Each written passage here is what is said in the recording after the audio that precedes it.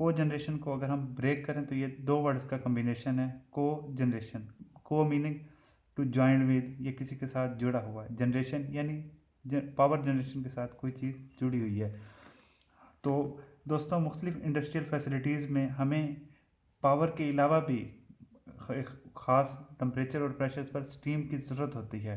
तो किया यह जाता है कि स्टीम पावर प्रोडक्शन के अलावा एज अ प्रोसेस इस्तेमाल होती है, तो उसको हम प्रोसेस हीटिंग कहते हैं। यानी अगर किसी जगह पर स्टीम टरबाइन से निकलने वाली स्टीम पावर प्रोडक्शन और प्रोसेस हीटिंग में भी इस्तेमाल हो रही है, तो उसे हम कह सकते हैं कि ये को जनरेशन पावर प्लांट है। तो उसको हम थोड़ा सा समझ लेते हैं। बॉयलर से स्टीम निकलने के बाद इसके पास ये दो तरीक़ों से इस्तेमाल की जा सकती है। या तो इसे हम टरबाइन में एक्सपेंड करवा लें, या दूसरा ऑप्शन ये है कि हम इसका प्रेशर थोड़ा कम करवा के एक्सपेंशन वाल्व में से होता हुआ इसको हम प्रोसेस हीटिंग के लिए इस्तेमाल कर लें। एक दूसरा ऑप्शन भी होता है कि टरबाइन में थोड़ी सी एक्सपेंशन के बाद हम इसको प्रोसेस हीटिंग के लिए इस्तेमाल करें और बाकी पोर्शन से हम पावर प्रोड्यूस करवा लें।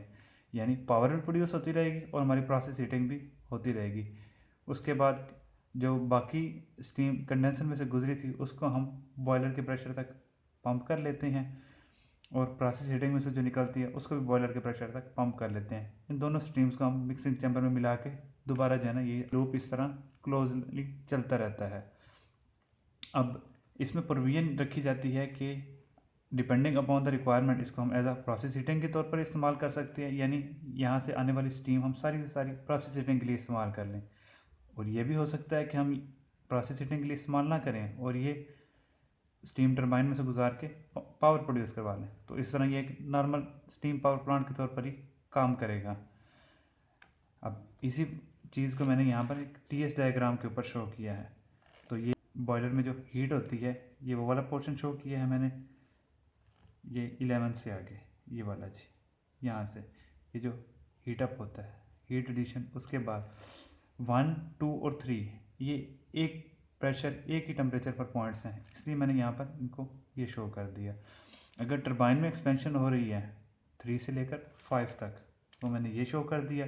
उसके बाद ये प्रोसेस हीटर में जाता है हीट ऐड करने वाने के लिए, और इसकी फ्रैक्शन इस तरह एडजस्ट की जाती है कि ये सैचुरेटेड लिक्विड के तौर पर निकलता है। तो ये 5 से लेकर ये वाली जो लाइन है, ये वो रिप्रेजेंट कर रही है कि आपने स्टीम टरबाइन से एक ख़ास प्रेशर तक उसको एक्सपेंशन के बाद ब्लीड करवा लिया है, और उसके बाद बाकी जो स्टीम है उसको हमने कंडेंसर में से गुजारना है। तो ये 5 के बाद बाकी steam continues to expand in the steam turbine.